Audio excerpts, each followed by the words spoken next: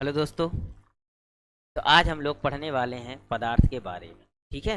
किसके बारे में पढ़ेंगे? पदार्थ के बारे में पढ़ेंगे कि पदार्थ होता क्या है और इसकी प्रॉपर्टीज़ क्या हैं। यानी जो पदार्थ है वो किन चीज़ों से मिलकर बना होता है। तो पदार्थ की अगर छोटी सी डेफिनेशन की बात करें तो पदार्थ वह सब कुछ होता है जो स्थान घेरता है तथा जिसमें द्रव्यमान होता है। क्या कहलाता है? हमारा पदार्थ कहलाता है।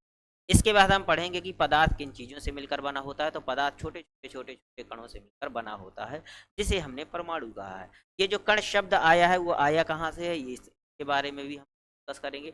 आगे पढ़ेंगे कि पदार्थ के जो कण हैं इनकी कुछ विशेषताएं होती हैं क्या, तो इनकी विशेषताओं के बारे में पढ़ेंगे। और क्या पदार्थ अपनी अवस्था को परिवर्तित कर सकता है, इसके बारे में भी पढ़ेंगे। तो यह और जो पदार्थ की अलग अलग पदार्थ हैं उन पदार्थों की प्रॉपर्टीज क्या हैं इसके बारे में भी। चलो स्टार्ट करते हैं। ठीक है। तो शुरू करते हैं हम लोग पदार्थ के बारे में कि पदार्थ क्या है। तो सबसे पहले अगर हम परिभाषा की बात कर लें कि पदार्थ क्या होता है, तो परिभाषा देख लें। पदार्थ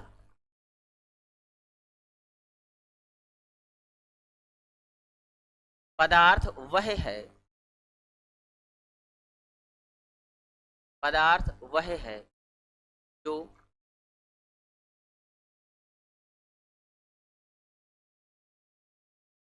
स्थान घेरता है। पदार्थ वह है जो स्थान घेरता है तथा इसमें इसमें द्रव्यमान होता है। द्रव्यमान।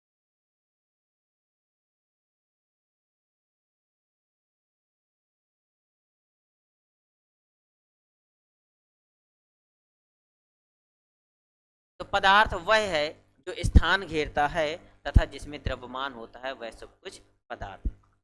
जैसे अगर मैं इस पेन की बात करूं तो इसका कुछ ना कुछ मास होगा।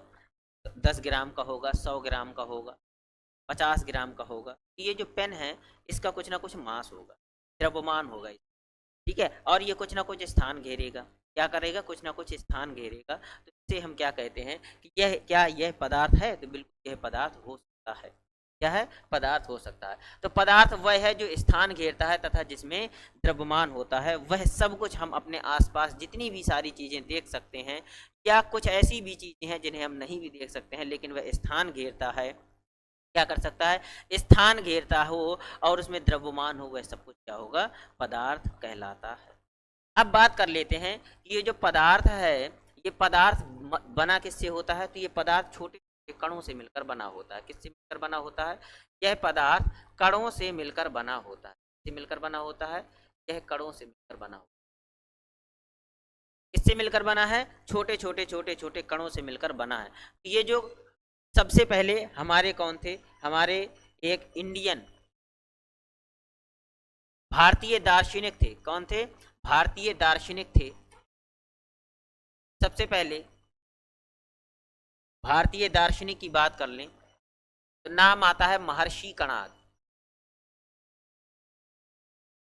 महर्षि कणाद। ये जो महर्षि कणाद है ये हमारे भारतीय दार्शनिक रहे हैं।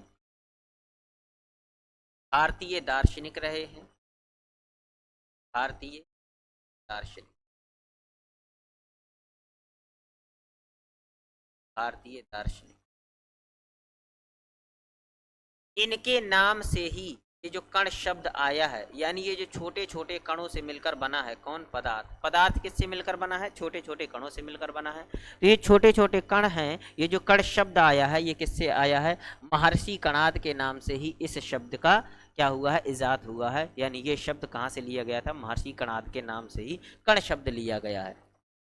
अब ये देखें कि ये जो छोटे छोटे कण हैं, क्या इनकी कुछ विशेषताएं होती हैं? ये जो छोटे छोटे कण हैं, क्या इनकी कुछ विशेषताएं होती? बिल्कुल विशेषताएं होती। तो इनकी जो विशेषताएं हैं, तो अब पढ़ लेते हैं कि जो पदार्थ किससे मिलकर बना है? छोटे छोटे कणों से मिलकर बना है। इन कणों की विशेषताएं क्या होती हैं? तो पदार्थ के कणों की विशेषताओं के बारे में पढ़ते हैं। तो अब हेडिंग लगा लेंगे, पदार्थ के कणों की विशेषताएं। पदार्थ के कणों की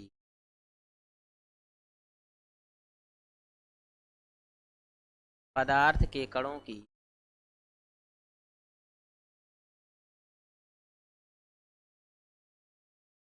तो पदार्थ के कणों की विशेषताएं क्या होंगी?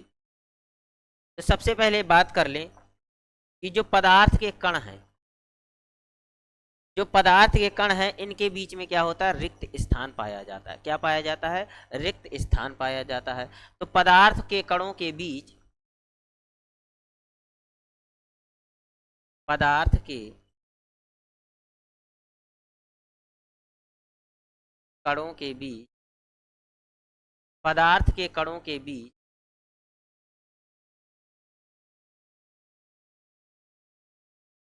रिक्त स्थान होता है।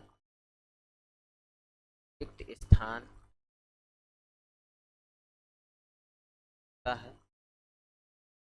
दूसरी चीज कि पदार्थ के कणों के बीच रिक्त स्थान होता है। पदार्थ के कण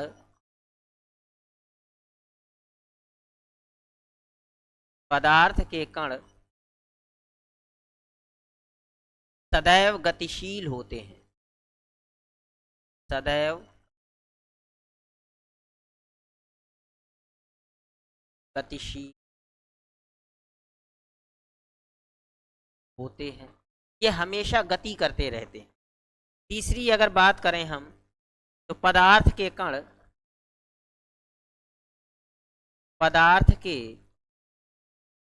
कणों के बीच, पदार्थ के बीच कणों के बीच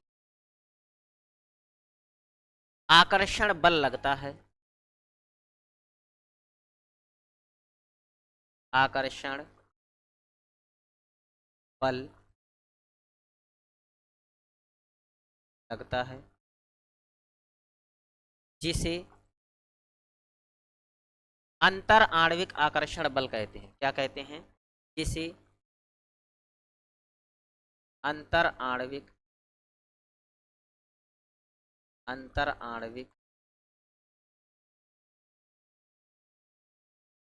आकर्षण बल आकर्षण बल कहते हैं। क्या कहते हैं? अंतराण्विक आकर्षण बल कहते हैं। और ये जो पदार्थ के कण है, ये इतने छोटे होते हैं कि हम अपनी नग्न आंखों से इन्हें देख। समझ में आ गया? तो पदार्थ के कणों के बीच रिक्त स्थान होता है। पदार्थ के कण सदैव गतिशील होते हैं। पदार्थ के कणों के बीच आकर्षण बल लगता है, जिसे अंतर आणविक आकर्षण बल कहते हैं।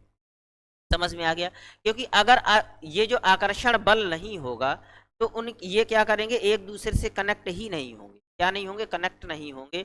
और अगर आकर्षण बल नहीं होगा, तो जैसे चौक है, अगर हम चौक को देखें तो चौक के कण छोटे छोटे, चौक को इतना पीस दिया जाए क्या? अब जैसे हम बात कर लें कि ये जो पदार्थ के कण है, ये हैं क्या? तो जैसे चौक ले लो, चौक के टुकड़े को इतना पीस दें, इतने पीस दें कि उसके और छोटे टुकड़े ना किया जाए, यानी सबसे स्मॉलेस्ट पार्टिकल क्या कहलाता है? कण कहलाता है पदार्थ का। यानी पदार्थ का कण क्या है? कि पदार्थ का वह सबसे सूक्ष्मतम भाग, जिसके और टुकड़े ना किए जा सके, उसे हम क्या कहते हैं? कण कहते हैं। क्या कहते हैं? कण कहते हैं। समझ में आ गया? तो पदार्थ के कणों की विशेषताएं क्या हो गई? कि पदार्थ के कणों के बीच रिक्त स्थान होता है। पदार्थ के कण सदैव गतिशील होते हैं। पदार्थ के कणों के बीच आकर्षण बल लगता है, जिसे अंतराण्विक आकर्षण बल कहते हैं। क्या कहते हैं?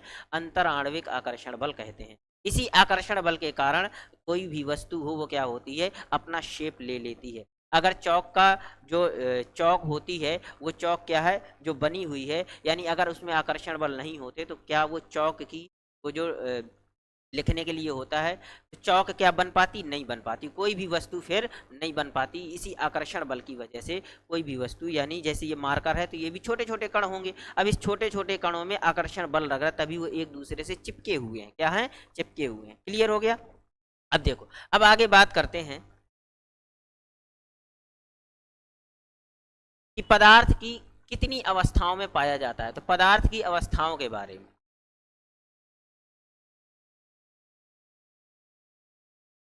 पदार्थ की अवस्थाएं,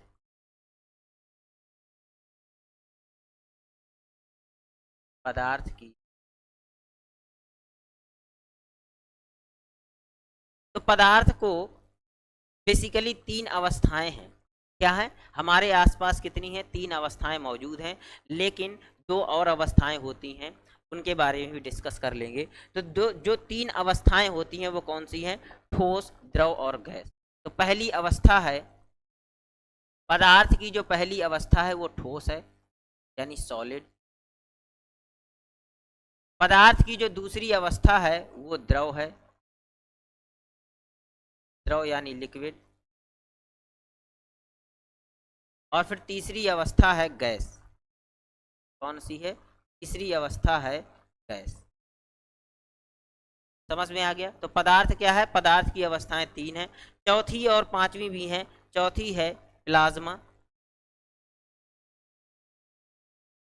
प्लाज्मा। और फिर है बोस आइंस्टीन कंडेंसेट।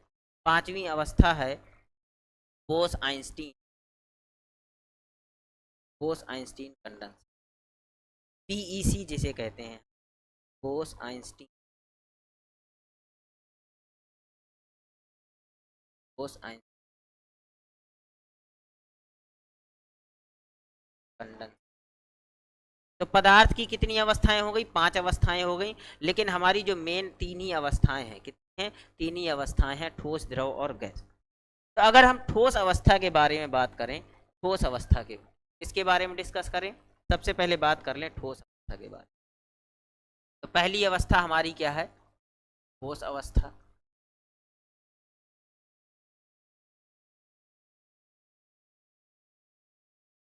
यानी ठोस अवस्था क्या होती है? पदार्थ की वह अवस्था, पदार्थ की वह अवस्था, वह अवस्था जिसका आकार और आयतन, इसका आकार व आयतन, आकार व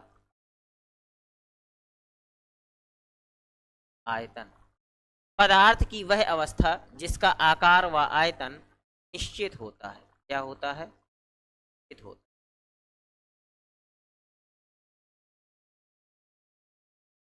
क्या कहलाती है? पदार्थ की ठोस अवस्था कहलाती है। तो पदार्थ के जो कण होंगे ना, वो जैसे अगर हम स्ट्रक्चर देखें, तो पदार्थ के कणों की स्ट्रक्चर कुछ इस प्रकार की बने।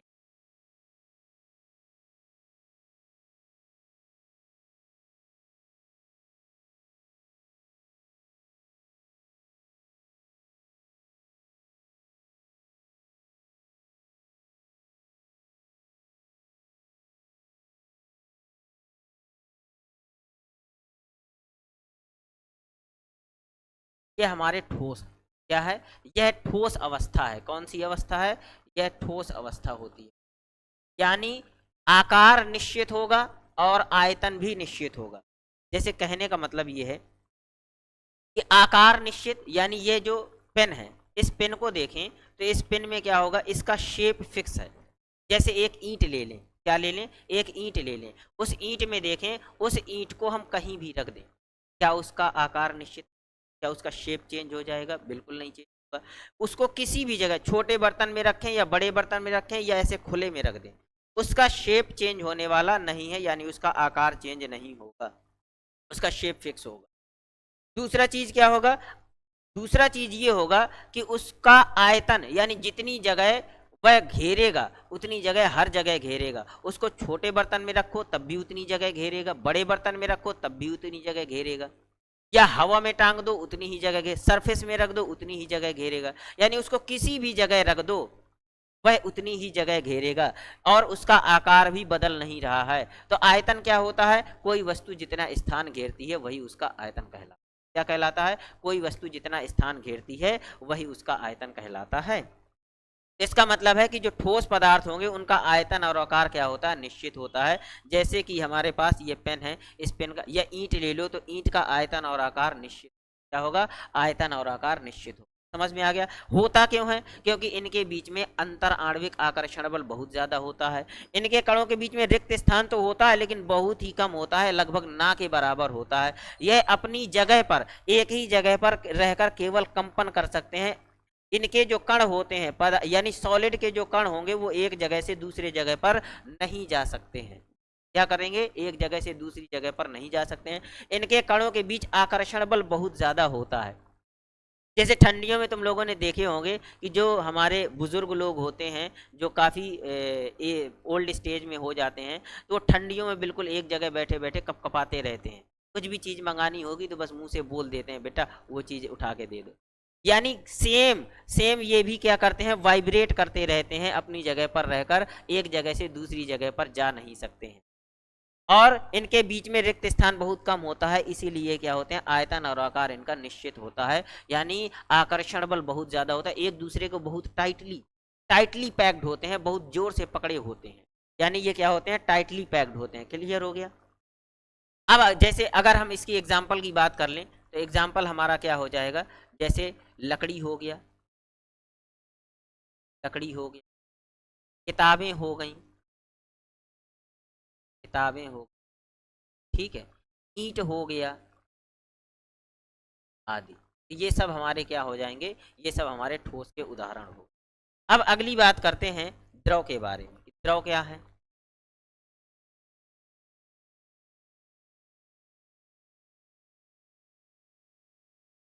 द्रव यानी लिक्विड।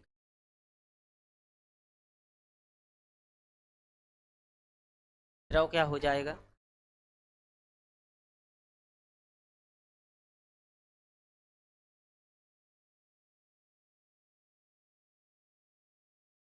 यानी पदार्थ की वह अवस्था, पदार्थ की वह अवस्था, वह अवस्था, पदार्थ की वह अवस्था जिसका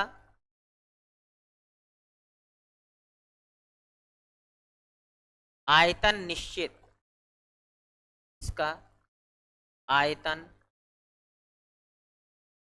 निश्चित व आकार अनिश्चित होता है, व आकार अनिश्चित होता, आकार अनिश्चित।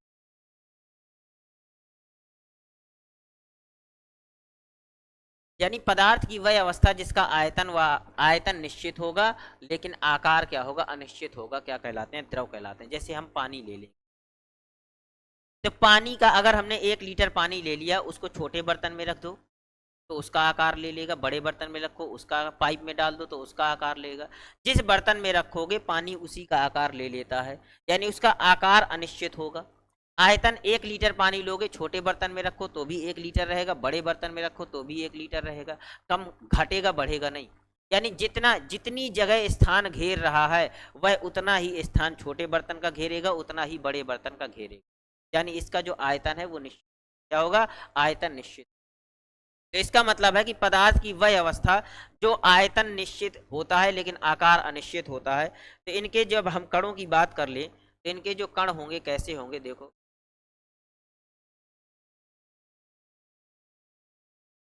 इनके कण काफी दूर दूर होते हैं। क्या होते हैं? इनके कण ठोसों से दूर दूर होते हैं, अपनी जगह से दूसरी जगह पर जा सकते हैं। क्या कर सकते हैं? अपनी जगह से दूसरी जगह पर जा सकते हैं। ये लिक्विड है। तो लिक्विड के कणों के बीच में रिक्त स्थान ठोसों से ज्यादा होता है। क्या होता है? ठोसों से ज्यादा होता है। और ये अपनी एक जगह से, जब मान लो इसको यहाँ जाना हो तो यहाँ से यहाँ चला जाएगा, ये वाला यहाँ से यहाँ आ जाएगा। यानी इनके बीच में इतना स्थान होता है कणों के बीच में कि ये एक जगह से दूसरी जगह पर जा सकते हैं, लेकिन एक फिक्स एरिया में। क्या करेंगे? जैसे मान लो हमारे पास कोई बोतल हो, बोतल आधी बोतल पानी भरा हो, तो जो कण होंगे ना वो कहाँ तक जाएंगे? मान लो जैसे एक एग्जाम्पल ले लें कि हमारे पास एक गिलास है और पानी हमारा यहाँ तक भरा हुआ है। कहाँ तक भरा है? पानी हमारा यहाँ तक भरा हुआ है। मान लो इस कण का मन हुआ,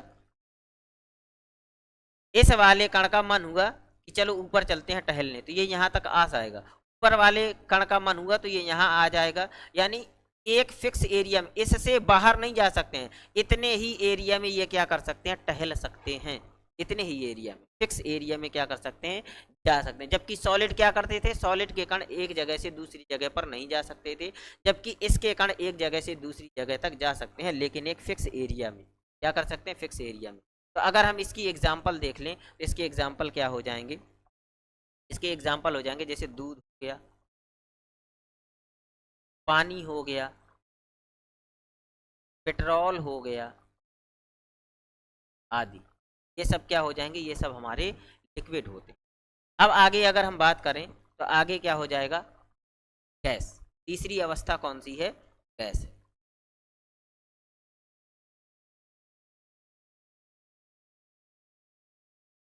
तो अब हम डिस्कस करते हैं गैस के बारे में। गैस क्या है, यानी पदार्थ की वह अवस्था, पदार्थ की वह अवस्था, पदार्थ की वह अवस्था जिसका का आयतन व आकार, पदार्थ की वह अवस्था जिसका आयतन व आकार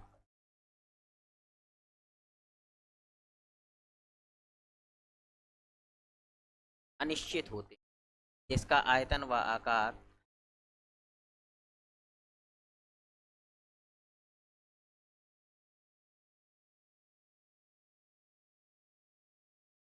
पदार्थ की वह अवस्था जिसका आयतन व आकार दोनों अनिश्चित होते हैं, क्या कहलाते हैं, क्या कहलाएंगे, हमारे गैस कहलाएंगे। गैस के कणों के बारे में अगर हम बात कर लें तो गैस के कण बहुत ही दूर दूर होते, क्या होते हैं, बहुत ही दूर। गैस के कणों के बीच में बहुत ज़्यादा रिक्त स्थान होता है, इनके बीच का जो आकर्षण बल होता है बहुत ही कम होता है, बहुत ही कम होता है, लगभग नगण्य के बराबर होता है। और ये कहीं भी आ जा सकते हैं, क्या कर सकते हैं, ये कहीं भी आ जा सकते हैं। गैस के कण क्या होते हैं, कहीं भी आ जा सकते हैं। समझ में आ गया, गैस के कण क्या करते हैं, कहीं भी आ जा सकते हैं, एक जगह से दूसरी जगह पर कहीं भी। इसका मन हुआ तो ये यहाँ आ जाएगा, इसका मन हुआ तो ये यहाँ आ जाएगा। यानी ये स्वतंत्र रूप से वातावरण में कहीं भी टहल सकते हैं। तभी देखोगे कि जो गैस होते हैं ये, जैसे एग्जाम्पल ले लें, जैसे गैस सिलेंडर होता है, गैस में सिलेंडर में गैस भरी होती, छोटे बर्तन में भर दो तो छोटे में आ जाएगी, उतनी ही गैस बड़े सिलेंडर में भर दो बड़े बर्तन में आ जाएगी। यानी इसका जो आकार और आयतन होगा ना, दोनों क्या होंगे, अनिश्चित होंगे।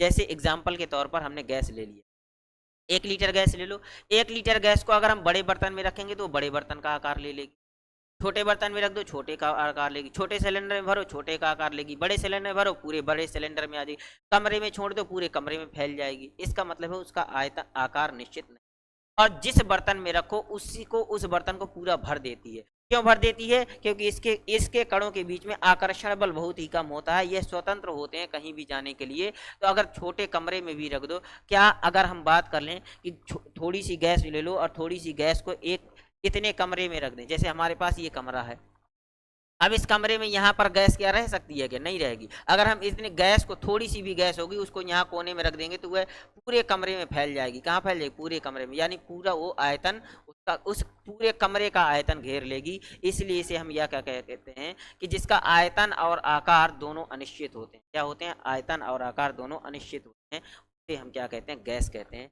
जैसे एग्जाम्पल ले लें, एग्जाम्पल में क्या हो जाएगी, हवा हो जाएगी, हवा हो गई, एलपीजी गैस हो गई, क्या हो गई, गैस हो गई आदि, नाइट्रोजन गैस हो गई, हीलियम गैस हो गई, क्या हो गई, नाइट्रोजन। सभी गैसें कह सकते हैं, क्या कह सकते हैं, सभी गैसें, सभी गैसें, ये जितनी भी हैं सभी गैसें, helium nitrogen, helium nitrogen oxygen, ये सभी गैसें हो, हाइड्रोजन। क्लियर हो गया, ये सब हमारी क्या होती हैं, गैसें होती हैं। अब बात कर लें, ये जो ठोस द्रव गैस है, क्या ये अपनी अवस्था को परिवर्तित कर सकते हैं, तो जवाब है हाँ, बिल्कुल कर सकते हैं, अपनी अवस्था को ये क्या कर सकते हैं, बदल सकते हैं। जल्दी से एक हम हेडिंग लगाते हैं, पदार्थों की अवस्था परिवर्तन। क्या लगाते हैं? पदार्थों की अवस्था परिवर्तन। पदार्थ की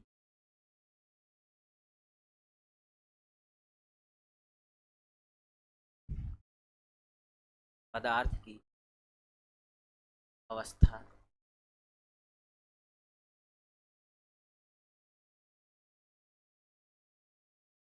अब हम बात कर लेते हैं पदार्थ की अवस्था परिवर्तन। क्या ये पदार्थ अपनी अवस्था को बदल सकते हैं?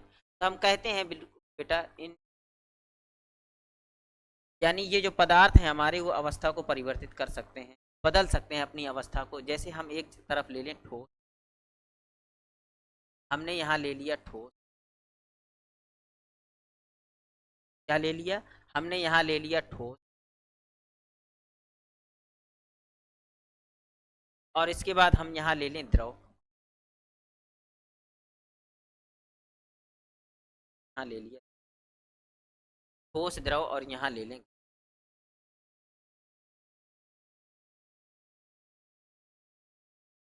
क्या? ठोस द्रव और गैस हमने ले। अब अगर हमें किसी पदार्थ की अवस्था को परिवर्तित करना है तो उसके ताप और दाब में परिवर्तन कर दो। क्या कर दो? ताप और दाब में परिवर्तन। तो ताप और दाब में परिवर्तन करके किसी अवस्था को एक अवस्था से दूसरे अवस्था में बदला जा सकता है। जैसे अगर हमें ठोस को द्रव में बदलना हो, किस में बदलना हो? ठोस को द्रव में बदलना हो, तो ठोस से द्रव में बदलने के लिए हमें क्या करना पड़ेगा? ठोस से द्रव में बदलने के लिए इसका टेम्परेचर बढ़ाना पड़ेगा। क्या करना पड़ेगा? टेम्परेचर बढ़ा। तो किसी ठोस को जब टेम्परेचर बढ़ाएंगे, टेम्परेचर बढ़ाने से काइनेटिक एनर्जी बढ़ जाएगी। क्या हो जाएगी? किसी ठोस का जब हम टेम्परेचर बढ़ाएंगे तो उसकी काइनेटिक एनर्जी बढ़ जाएगी, और काइनेटिक एनर्जी बढ़ने से, तो काइनेटिक एनर्जी बढ़ने से क्या हो जाएगा? काइनेटिक एनर्जी बढ़ेगी तो कण दूर दूर भागेंगे, और जब कण दूर दूर भागेंगे तो वो मेल्ट होने लगेगी। क्या होने लगेगी? मेल्ट होने लगेगी। तो ठोस से द्रव में बदला, क्या हो रहा है? मेल्ट हो रहा है। तो इसे हम क्या कहते हैं? यह एक प्रोसेस है बेटा। क्या है? यह एक दोस्तों प्रोसेस है, जिसे हम मेल्टिंग कहते हैं। क्या कहते हैं? मेल्टिंग कहते हैं। या सॉलिड से लिक्विड में चेंज हो रहा है तो इसे कहेंगे लिक्विफिकेशन भी कहते हैं। क्या कहते हैं? लिक्विफिकेशन। समझ में आ गया? मेल्टिंग हिंदी में कहें तो इसे हम क्या कहते हैं? गलन कहते हैं। और इसे लिक्विफिकेशन यानी द्रवीकरण कहते हैं। क्या कहते हैं? द्रवीकरण कहते हैं। द्रव में चेंज हो रहा है ना, इसीलिए द्रवीकरण कहते हैं। और अगर हमें द्रव से ठोस में जाना हो, कहाँ जाना हो? द्रव से ठोस में जाना हो, तो जैसे अरे पानी, जैसे ये था ना, बर्फ था, तो बर्फ को अगर हम थोड़ा सा गर्म करें या बर्फ को बाहर निकाल के रख देंगे तो एटमॉस्फेयर से हीट एब्जॉर्ब कर लेगा, क्योंकि एटमॉस्फेयर का टेम्परेचर ज़्यादा होगा और हीट जो हमारा होगा या रूम टेम्परेचर ज़्यादा होगा, और बर्फ का जो टेम्परेचर होगा कम होगा। और आप लोगों ने पढ़ा ही होगा कि ऊष्मा स्थानांतरण का नियम क्या कहता है कि ऊष्मा ज़्यादा गर्म से कम गर्म की ओर बहती है। कहाँ बहती है? ज़्यादा गर्म से कम गर्म की ओर बहती है। ऊष्मा स्थानांतरण का नियम यही कहता है। तो उसने मेल्ट हो जाएगी। क्या हो जाएगी? बर्फ का मेल्ट होना क्या कहलाता है? गलन कहलाता है। जैसे बर्फ का मेल्ट होना क्या कहलाएगा? गलन कहलाएगा। अब द्रव से ठोस में बदलना है तो पानी ले लो, पानी को क्या कर दो? फ्रीजर में रख दो। जब हम फ्रीजर में रख देते हैं तो पानी का टेम्परेचर रूम टेम्परेचर के बराबर होगा, क्योंकि रूम से पानी लेंगे, रूम टेम्परेचर के बराबर यानी एटमॉस्फेरिक टेम्परेचर के बराबर उसका टेम्परेचर होगा। अब उसको जब हम फ्रीजर में लगाएंगे तो वो धीरे धीरे जमने लगेगी, यानी उसका टेम्परेचर हम कम कर रहे हैं। तो जब हम द्रव का टेम्परेचर क्या करते हैं? कम करते हैं, तो किस में बदल जाती है? ठोस में बदल जाती है। तो फ्रीजर में हम रख रहे हैं ना, अब फ्रीज हो रही है वो, तो इसे कहते हैं फ्रीजिंग कहते हैं। क्या कहते हैं? फ्रीजिंग कहेंगे, या सॉलिडिफिकेशन कहते हैं। क्या कहते हैं? सॉलिडिफिकेशन कहते हैं। तो क्या कहेंगे? सॉलिडिफिकेशन। फ्रीजिंग मतलब हिंदी में कहते हैं जमना। क्या कहते हैं? जमना। और सॉलिडिफिकेशन को क्या कहते हैं? सॉलिडिफिकेशन को हम हिमीकरण कहते हैं। क्या कहते हैं? हिमीकरण, क्योंकि बर्फ में जम रहा है ना, करण हिम की तरह है। हिम मतलब बर्फ होता है, तो सॉलिड हो रहा है तो हिमीकरण हो गया। अब अगर हम किसी द्रव को गैस में बदलना चाहें, किसी द्रव को किस में बदलना चाहें? गैस में बदलना चाहें, तब क्या करेंगे? किसी द्रव को गैस में बदलने के लिए क्या करेंगे? इसका टेम्परेचर बढ़ा दो। क्या कर दें? टेम्परेचर इसका इंक्रीज।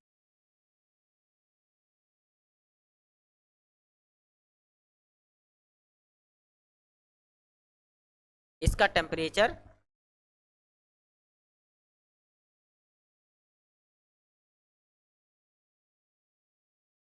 तो तो जब इसका टेम्परेचर इंक्रीज करेंगे, जैसे अगर बात कर लें पानी है, पानी को हम किस में ले लें, ध्यान से देखना, पानी को हम जब गर्म करते हैं तो 100 डिग्री सी पर पानी किस में चेंज हो जाता है, वाष्प में चेंज हो जाता है, यानी गर्म कर रहे हैं उसको, तो गर्म करने पर ये इवेपोराइज हो जाता है, वेपोराइज हो जाता है, वेपर में चेंज हो जाता है। तो इस प्रोसेस को यानी द्रव से गैस में बदलना क्या कहलाता है, वेपोराइजेशन कहलाता है। क्या कहलाता है, वेपोराइजेशन। वेपोराइज क्या कहते हैं, वाष्पीकरण कहते हैं, वाष्पीकरण हो गया।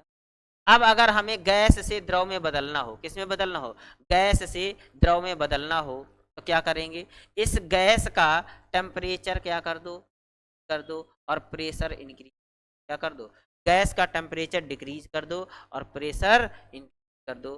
गैस किस में, जैसे एलपीजी गैस है, क्या है, एलपीजी गैस का एग्जांपल ले लो। गैस में जब गैस सिलेंडर में गैस भरी होती है तो हम देखते हैं कि उसको जब हिलाते हैं ना सिलेंडर को, तो उसमें पानी की आवाज़ आती है, क्योंकि वो लिक्विफाइड पेट्रोलियम गैस होती है। एलपीजी का मतलब लिक्विफाइड पेट्रोलियम गैस, यानी लिक्विड में कन्वर्ट करके भरी गई है। कैसे भरी गई, जब हम हाथ लगा के देखते हैं तो बहुत ज़्यादा ठंडी में गैस में क्या होती है, ठंडी। क्यों, क्योंकि उस गैस का टेम्परेचर कम किया गया है और प्रेशर इंक्रीज किया गया है। जैसे अगर हम ठंडी बोतल को बाहर निकाल के फ्रीजर से रख देते हैं तो उसके बाहर पानी इकट्ठा हो जाता है, वो पानी की बूंदें आ कहाँ से जाती हैं, अंदर से, अंदर का पानी बाहर नहीं जाता है, जबकि ये जो बाहर एटमॉस्फेयर में वाटर वेपर प्रेजेंट होता है, वाटर वेपर आती कहाँ है, जैसे नदी हो गई, झीलें हो गई, तालाब हो गए, यहाँ से दिन भर वेपोराइज होता है पानी। क्या होता है, पानी दिन भर वेपोराइज होता है। अच्छा, जो वाष्पीकरण है, तो वाष्पीकरण भी दो प्रकार से होता है, पहला है क्वथन और दूसरा है वाष्पन।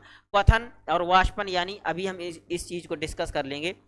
तो सबसे पहले देख लेते हैं कि क्या हो गया, बाहर उसके यानी एटमॉस्फेयर में जो वाटर वेपर होती है, दिन भर पानी वेपोराइज होता रहता है। क्या होता रहता है, पानी दिन भर वेपोराइज होता रहता है, इस वजह से वो वाटर वेपर एटमॉस्फेयर में इकट्ठी हो जाती है। अब उसकी जब हवा के साथ में वो वाटर वेपर बहती है तो वो बोतल से टकराएगी, और जब बोतल से टकराएगी तो उसका जो ऊष्मा होगा वाटर वेपर की, वो किसमें, बोतल में चली जाएगी। क्योंकि अभी बता चुके हैं कि ऊष्मा का स्थानांतरण लो हाई टेम्परेचर से लो टेम्परेचर में होता है।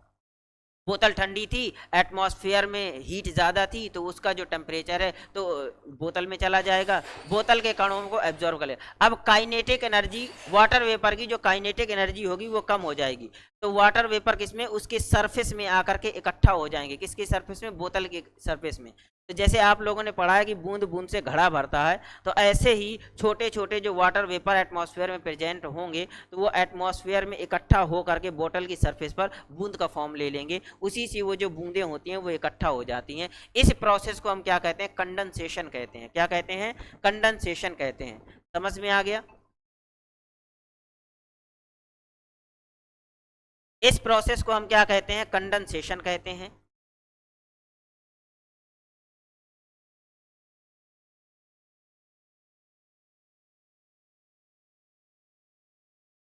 कंडेंसेशन कहते हैं यानी संघनन कहते हैं। क्या कहते हैं, संघनन। समझ में आ गया, जैसे एग्जाम्पल, तो ये भी प्रोसेस है, कौन सा प्रोसेस है, संघनन है। अब कुछ पदार्थ ऐसे भी होते हैं, कुछ पदार्थ ऐसे भी होते हैं जो ठोस से सीधे गैस में बदल जाते हैं। किससे बदल जाते हैं, ठोस से सीधे गैस में बदल जाते हैं। तो इसका एग्जाम्पल होता है, जैसे अगर हम इस प्रोसेस को क्या कहें, ठोस से सीधे गैस में बदलना, ठोस से द्रव में बदले बिना सीधे गैस में बदलना क्या कहलाता है, ऊर्ध्वपातन कहलाता है। क्या कहलाता है, सबलीमेशन। क्या कहलाता है, सबलीमेशन कहलाता है, यानी ऊर्ध्वपातन कहलाता है, पातन का। समझ में आ गया। अब बात कर लेते हैं, जैसे ऊर्ध्वपातन क्या है, ऊर्ध्वपातन का एग्जाम्पल क्या ले लें, तो ऊर्ध्वपातन का एग्जाम्पल हो जाएगा, जैसे कपूर होता है। कपूर क्या होता है, सॉलिड होता है। क्या होता है, सॉलिड। उसको जब हम जलाते हैं तो वो सीधे गैस में बदल जाता है। नेफ्थलीन की गोलियां, तो नेफ्थलीन की गोलियां क्या होती हैं, वो सॉलिड, जो सफ़ेद सफ़ेद बाथरूम में हम लोग यूज करते हैं, कपड़ों के बीच में रखने के लिए यूज करते हैं, तो क्या नेफ्थलीन की जो गोलियां होती हैं वो व्हाइट कलर की सॉलिड होती हैं, वो किस में चेंज हो जाती हैं, सीधे गैस में चेंज हो जाती हैं। जैसे नौसादर हो गया, NH4Cl, अमोनियम क्लोराइड जिसको कहते हैं। नौसादर होता सॉलिड स्टेट में है, जब उसको हीट देते हैं तो वो किस में चेंज हो जाता है, गैस में चेंज हो जाता है। तो इस प्रोसेस को हम क्या कहते हैं, सबलीमेशन कहते हैं। सब्लिमेशन, जैसे एग्जाम्पल में अगर हम देख लें तो एग्जाम्पल क्या हो जाएगा, जैसे NH4Cl, NH4Cl हो गया, ठीक है, नौसादर हो गया, कपूर हो गया, कपूर हो गया, नेफ्थलीन की गोलियां हो गई। अब देखो कुछ ठोस ऐसे, कुछ पदार्थ ऐसे भी होते हैं जो गैस से सीधे किस में चेंज हो जाते हैं, कुछ पदार्थ ऐसे भी होते हैं जो गैस से सीधे ठोस में चेंज हो जाते हैं। किस में चेंज हो जाते हैं, गैस से सीधे ठोस में चेंज हो जाते हैं, गैस से सीधे ठोस में चेंज हो गए। इस प्रोसेस को हम क्या कहते हैं, डीपोजिशन कहते हैं। क्या कहते हैं, डीपोजिशन कहते हैं, डीपोजिशन यानी निक्षेपण कहते हैं। क्या कहेंगे, अब गैस से बिना द्रव में बदले हुए सीधे ठोस में बदल जाना। एक एग्जाम्पल लेते हैं, जैसे तुम्हारा स्नोफॉल हो गया, एग्जाम्पल क्या हो जाएगा, स्नोफॉल, बर्फबारी। जैसे ठंडे देशों में या फिर जैसे हमारे जो जम्मू कश्मीर है, यहाँ कभी कभी स्नोफॉल होने लगती है। क्या होने लगती है, शिमला हो गया, स्नोफॉल होती है। क्यों होती है, क्योंकि टेम्परेचर, अभी जब टेम्परेचर कम था, यानी टेम्परेचर अभी थोड़ा नॉर्मल होगा, तो नॉर्मल टेम्परेचर में वाटर वेपर प्रेजेंट होगी बहुत ज़्यादा। अब अचानक से जब टेम्परेचर डाउन होता है, क्या होता है, टेम्परेचर डाउन होगा तो अचानक से बर्फबारी होने लगती है। यानी जो अभी वाष्प थी वो डायरेक्ट किस में चेंज हो गई, टेम्परेचर डाउन होने की वजह से वो बर्फ में चेंज हो गई, बिना लिक्विड में चेंज होने हुए। तो ये कैसे क्या हो गया, स्नोफॉल हमारा किसका एग्जाम्पल हो जाएगा, गैस से बिना द्रव में चेंज हुए किस में चेंज हो गया, ठोस में चेंज हो गया। तो इन सब, ये सब हमारे क्या होते हैं, अवस्था परिवर्तन होते हैं, यानी पदार्थ अपनी अवस्था को बदल सकता है। जैसे ठोस को अगर हम हीट दे दें तो ठोस से द्रव में बदलने की क्रिया क्या कहलाती है, गलन कहलाती है, द्रवीकरण कहलाती है। द्रव से गैस में बदलने की जो क्रिया है वाष्पीकरण कहलाती है। द्रव से ठोस में बदलने की क्रिया हिमीकरण या जमना कहलाता है। गैस से द्रव में बदलने की क्रिया को हम संघनन कहते हैं। ठोस से गैस में बदलने की क्रिया को सब्लिमेशन कहते हैं, ऊर्ध्वपातन कहते हैं। गैस से ठोस में बदलने की क्रिया क्या कहलाती है, डिपोजिशन यानी निक्षेपण कहलाती है। यानी अगर इनकी अवस्था परिवर्तन करनी है तो उनके ताप और दाब में परिवर्तन कर दो तो पदार्थ अपनी अवस्था को परिवर्तित कर सकता है। 3 शब्द और यूज किए जाते हैं, गलनांक, क्वथनांक और हिमांक। क्या यूज किए जाते हैं, गलनांक, क्वथनांक और हिमांक। तो आओ देखो गलनांक क्या होगा, सबसे पहले बात हम यही इनको डिस्कस कर लेते हैं। गलनांक, गलनांक, गलनांक हो गया,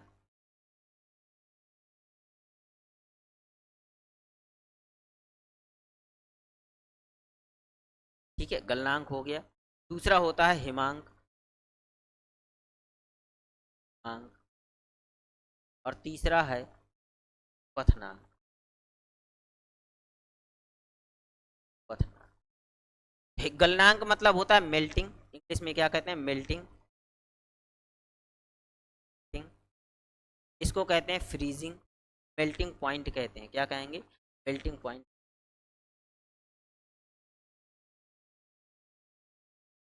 तो गलनांक को इंग्लिश में कहते हैं मेल्टिंग पॉइंट कहते हैं। क्या कहते हैं, मेल्टिंग पॉइंट कहते हैं। इसे हम फ्रीजिंग पॉइंट कहते हैं, इसे हम बॉइलिंग पॉइंट कहते हैं। क्या कहते हैं, बॉइलिंग पॉइंट। गलनांक क्या होगा, ये टेम्परेचर है, ये प्रोसेस है बेटा, क्या है ये दोस्तों, प्रोसेस है हमारे। जबकि ये क्या है, ये टेम्परेचर है, फिक्स टेम्परेचर है। यानी कोई भी पदार्थ, ऐसा मन नहीं होगा कि अगर आज बर्फ है तो बर्फ का आज मन हो जाए कि 0 डिग्री सी पर पिघल दें, कल मन अरे यार आज नहीं 0, आज 10 डिग्री सी पर हम पिघलेंगे, तो ऐसा नहीं होगा। उनका टेम्परेचर फिक्स होगा। आज लोहे का मन है कि आज 10 डिग्री सी पर क्या हो रहे हैं, मेल्ट हो रहे हैं, कल मन हुआ अरे 100 डिग्री सी पर मेल्ट हो जाएंगे, ऐसा कुछ नहीं। इनका जो टेम्परेचर होता है वो फिक्स होता है। क्या होता है, किसी भी अवस्था परिवर्तित तब होती है जब उसका टेम्परेचर फिक्स होगा। यानी जैसे बर्फ है तो बर्फ तभी पिघलेगी जब उसका टेम्परेचर 100 डिग्री सी हो।